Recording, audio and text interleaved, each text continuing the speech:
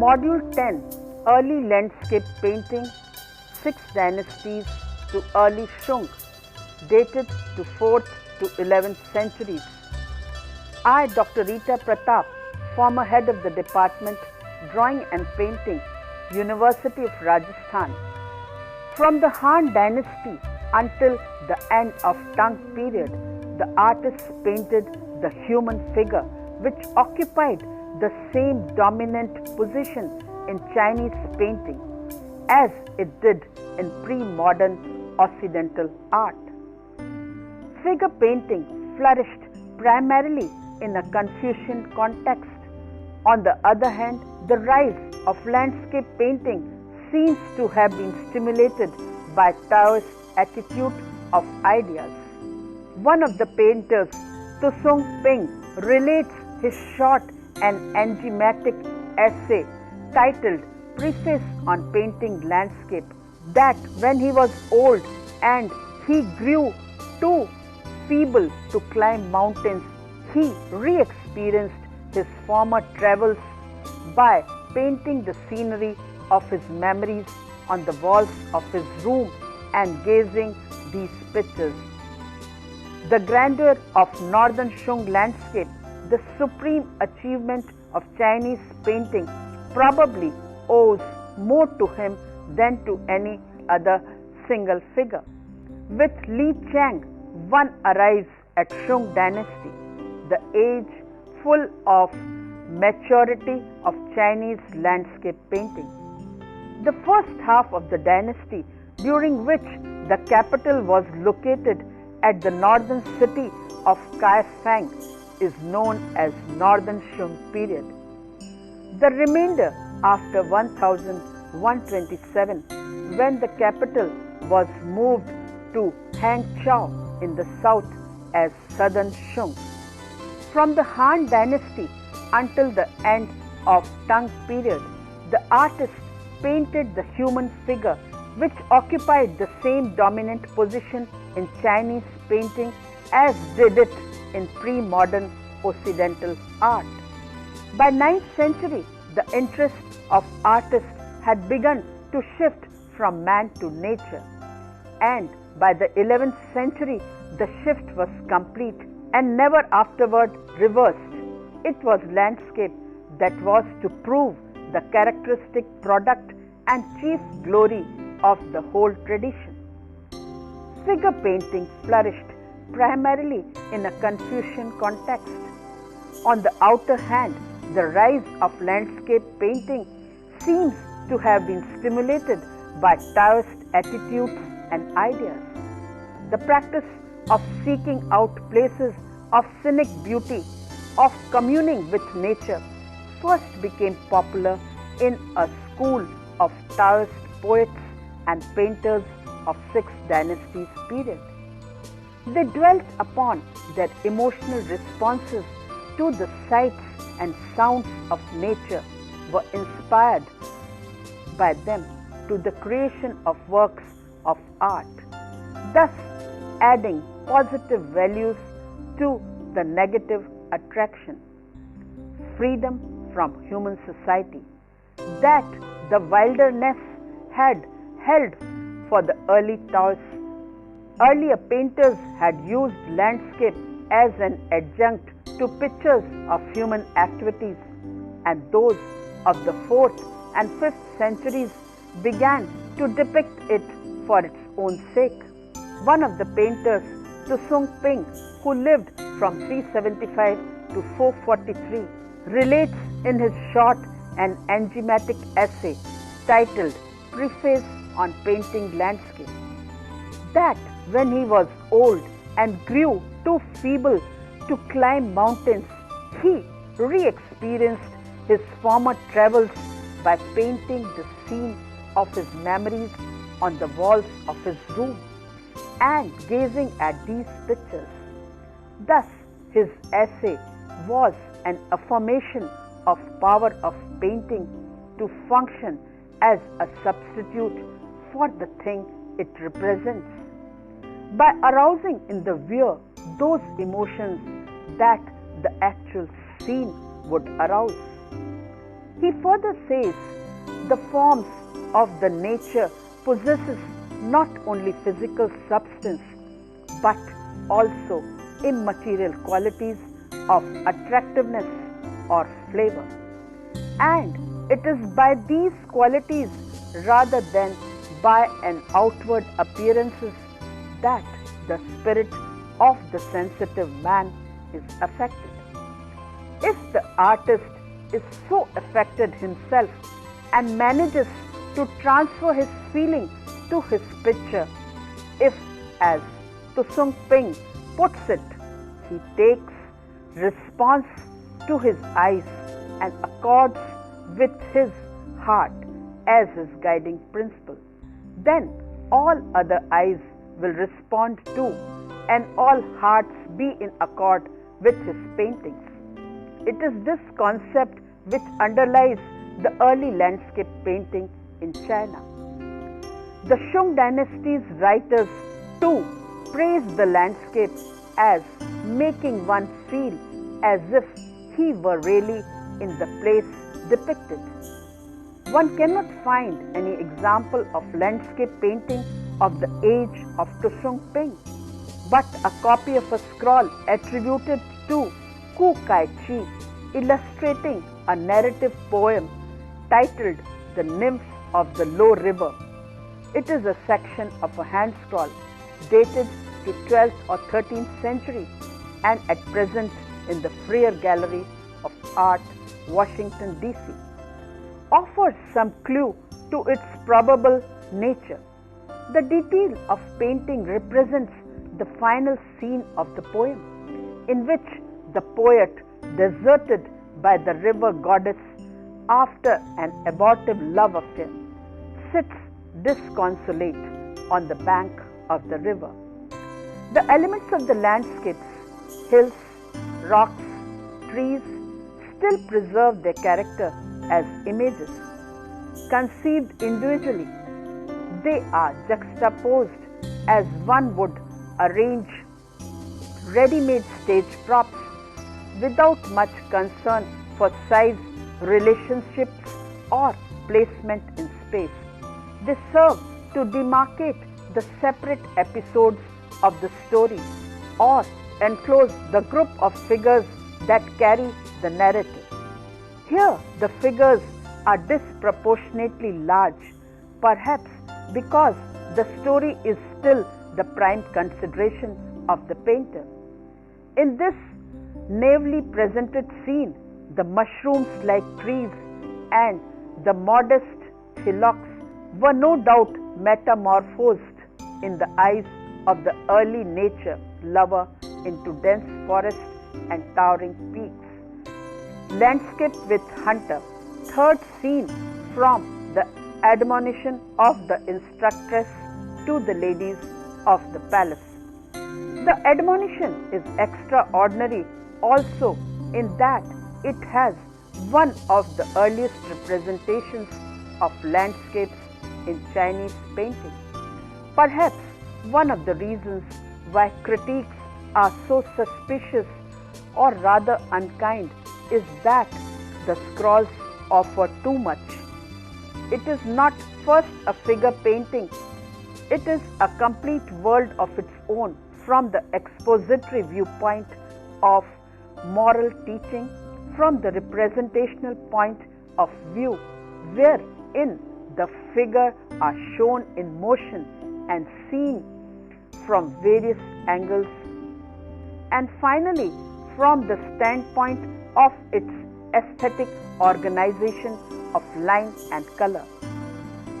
In all these matters, it is remarkably developed, and to have in addition a landscape almost too much.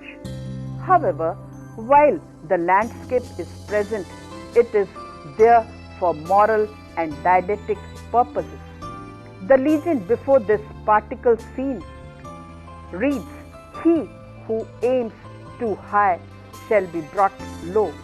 And to illustrate it, an archer takes aim at one of the phoenixes as aspiring to the top of the peak.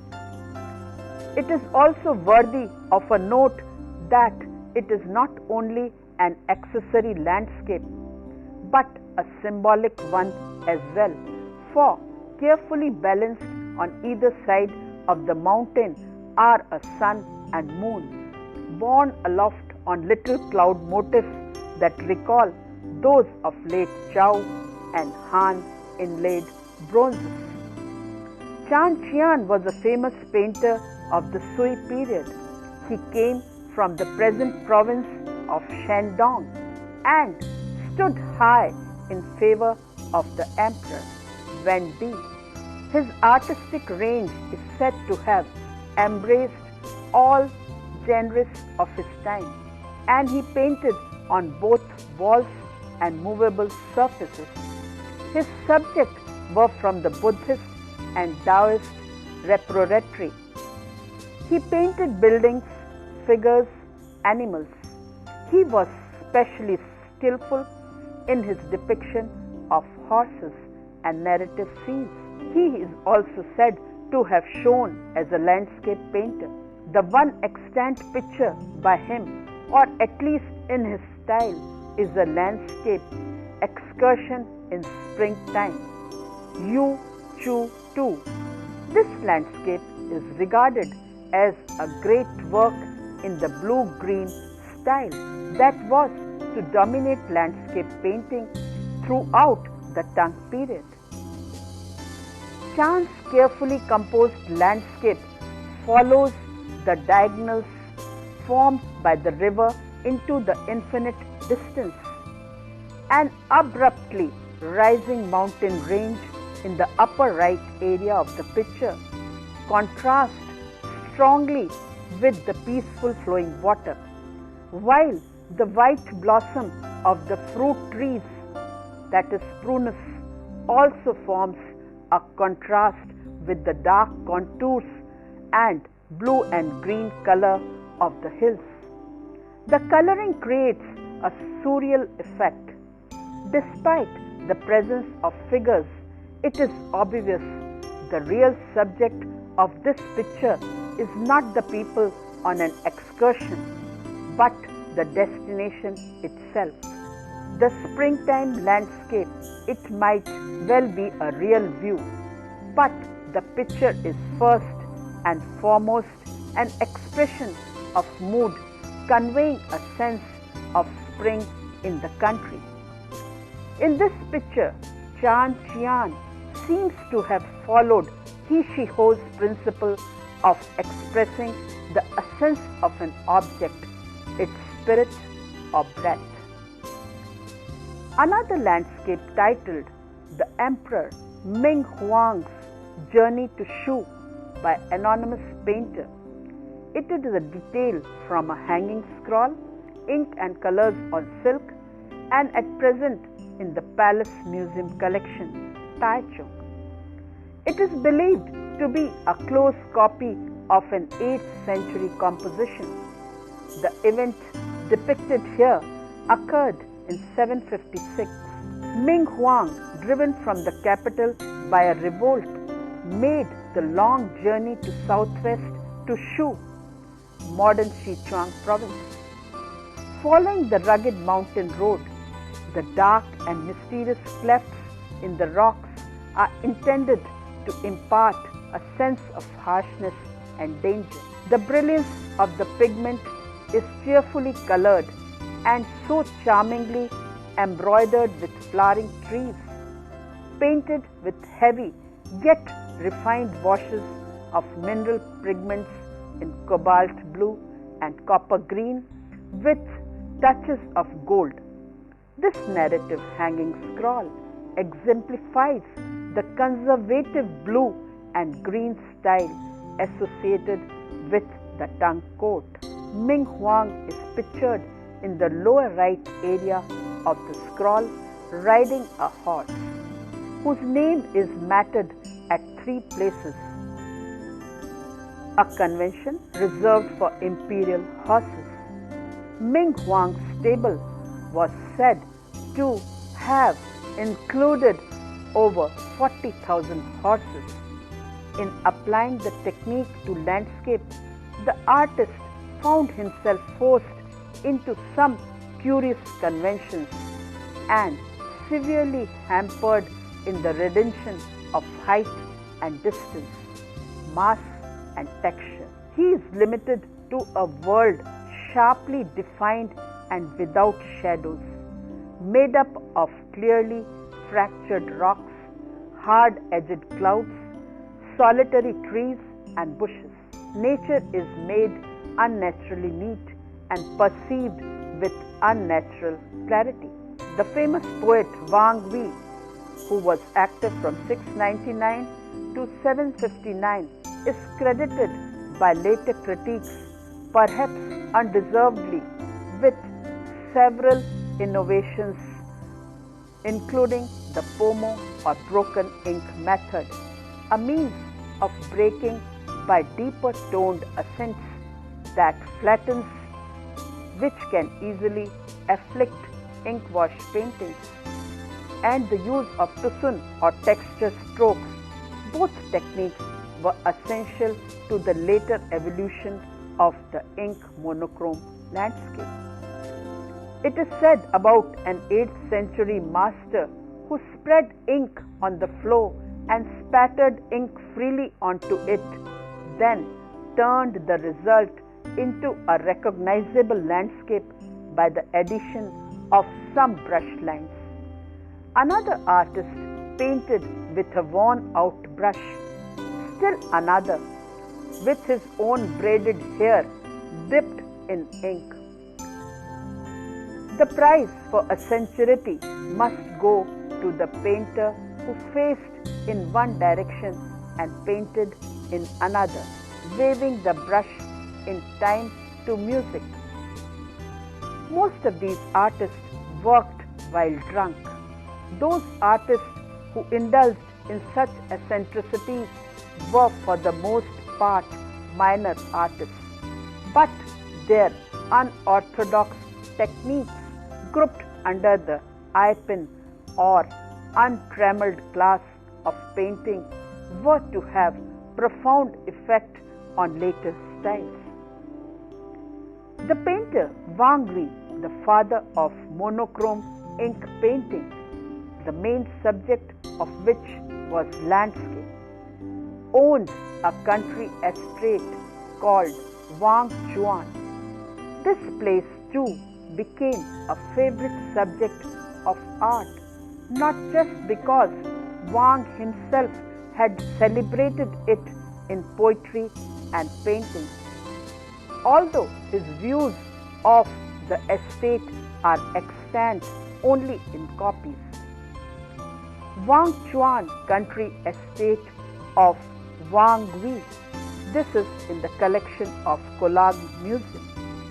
The scroll clearly shows a series of several gardens or parts of gardens in linear succession, illustrating the scenery around Lake Yi. The composition is said to derive directly from Wang Wei's own painting.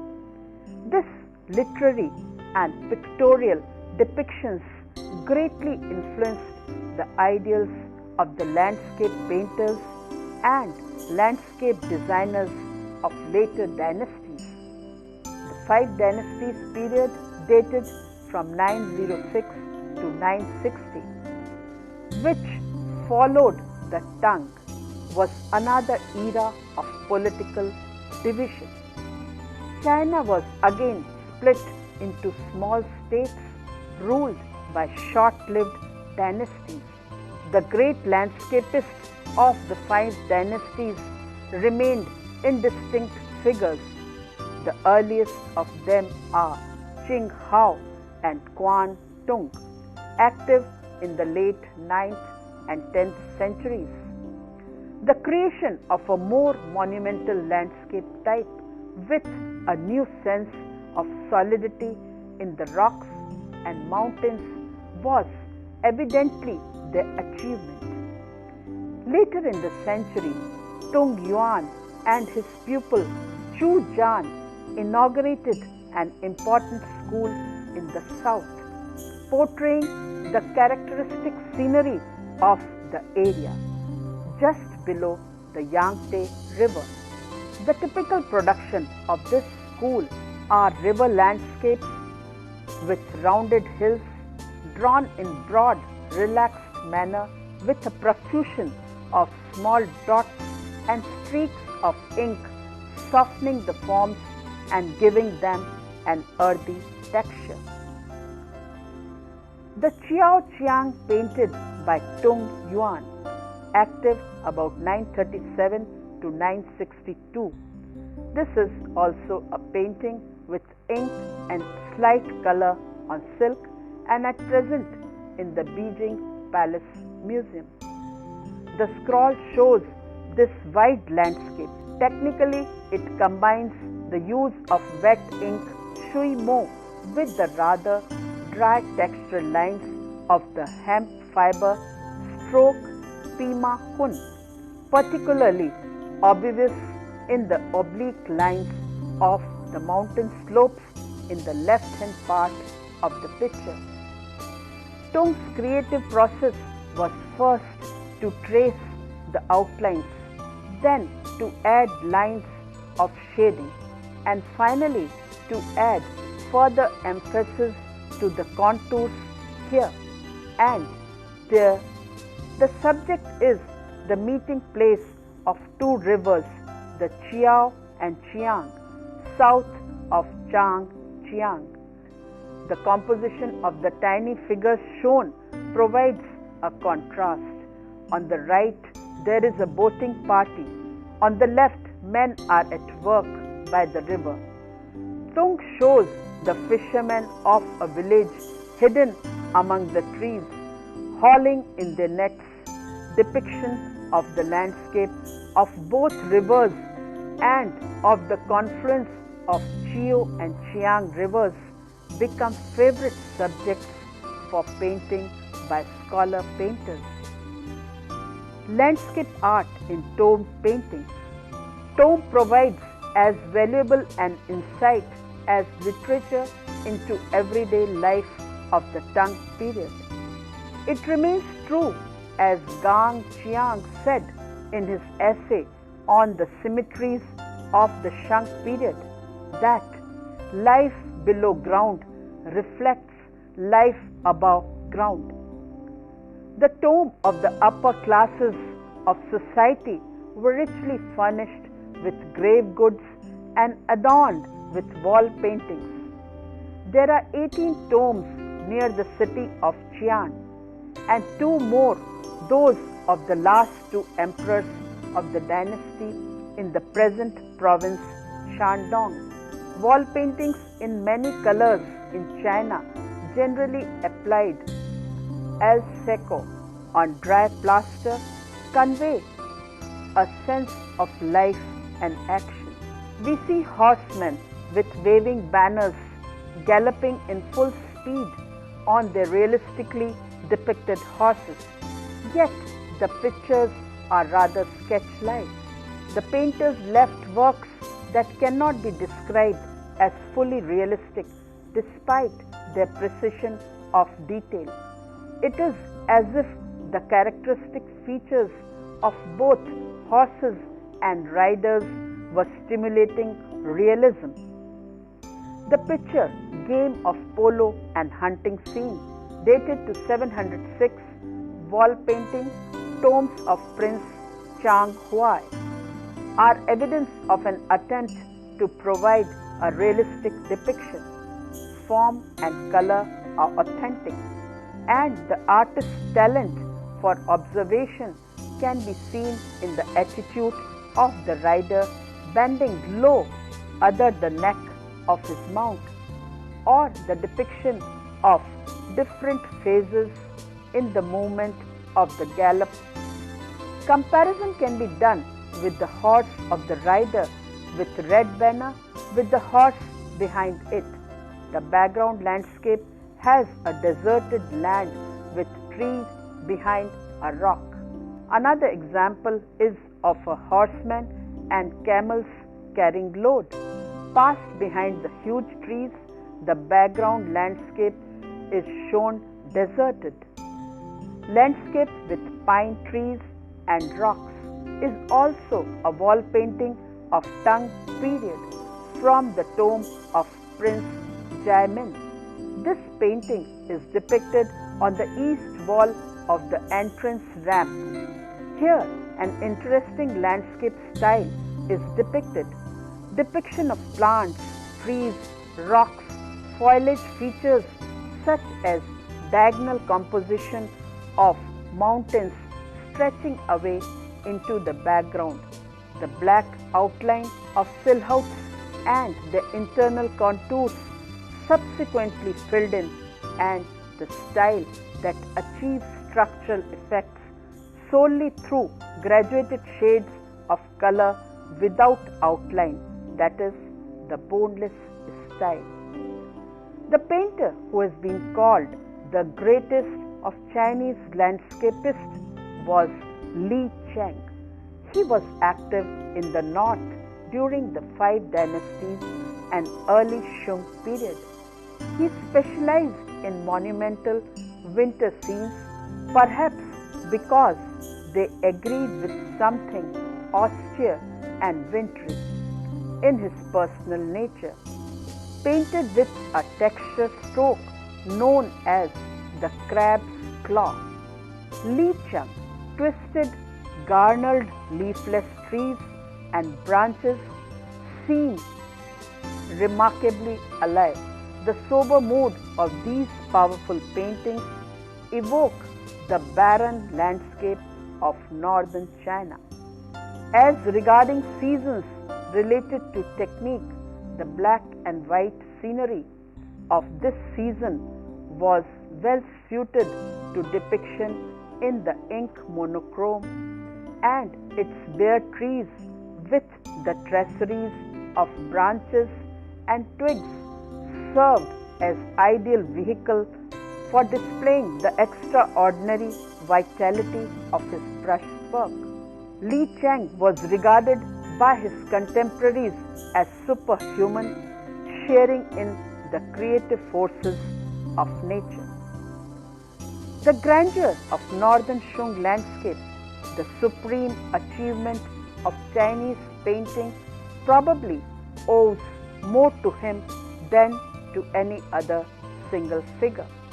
Many of the finest surviving landscapes, notably those of Fan Quan, Husu Tao Ning, and Ku Hisi, are by men who acknowledged Li Cheng as their master.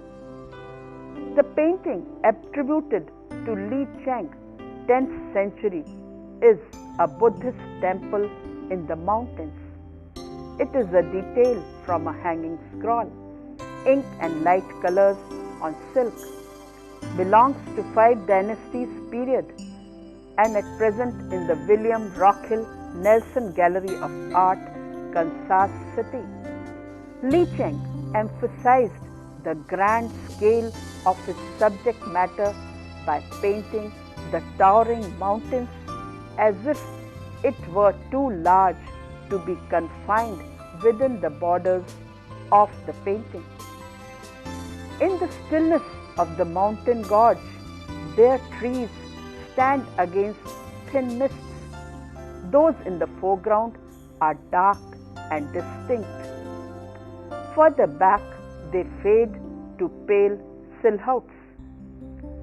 With Li Cheng, one arrives at Shung Dynasty, dated to 960 to 1279, the age full of maturity of Chinese landscape painting. The first half of the dynasty, during which the capital was located at the northern city of Kaifeng, is known as Northern Shung period. The remainder, after 1127, when the capital was moved to Hangzhou in the south as Southern Shung. At this time, the perfect balance between nature and art was attained in their works. An 11th century master of landscape was Fan Quan. He began his career by imitating the works of Li Chang, but no sooner he realized that learning should be through one's own heart, after which he altered his style and founded a school of his own. He said nature can never produce a rock or a tree that looks artificial and wrong. Like Li Chang, he is credited by Shung critics with a power akin to that of natural creation. Fan Kuan's once extant work is Traveling Streams and Mountains. Detail of a scroll, early 11th century, ink and light colors on silk, and at present in the National Palace Museum collection, Taichung, Taiwan. In the painting, by means of strong angular outlines and a masterly use of short raindrop tusun, Fan Kuan has given the painting a wonderfully rich texture, while he conveys an almost superhuman sense of the living reality of nature. By the power and concentration with which each leaf, each branch and fold in the rock is delineated. The texture strokes of the kind called by the Chinese raindrop tusun was imitated by later landscapists working in the Fan Kuan manner. A massive bluff dominates the scene, its scale set by trees and buildings on the crest of the knoll below. In a dark, mysterious cleft, a waterfall drops as a thin streak of white. Mists thrown up at its base drift through the valley. In detail of the drawing, one can see the lineament and particularly the thick, jagged contours of trees and rocks is charged with an electric energy. The foliage of the trees is depicted by accumulation of individual delineated leaves. Chu Jan, another 10th century master, was famous for towering mountain compositions. In his hanging scroll, Buddhist monastery in stream and mountain landscape. It is ink on silk belonging to Northern Shung Dynasty and at present in the collection of Cleveland Museum of Art. Shows landscape with high mountains. In this picture, there occurs one device that is used again and again in the early vertical formats, that is, division of the picture into two fundamental units. A foreground unit, which includes everything usually considered foreground, and near middle ground, and a background unit, separated from the foreground by a gap between the far middle ground would have been had it been represented. The foreground is conceived as nearby, and the eyes of the spectator travels over the near detail, lacking in the sheer brushwork in the foliage and architecture. But then comes a subtle break between the foreground and the area behind, which is treated as if it were a backdrop suspended and fitted into a slot behind the foreground. This device adds to the towering quality of the mountains rising perceptibly behind the foreground unit.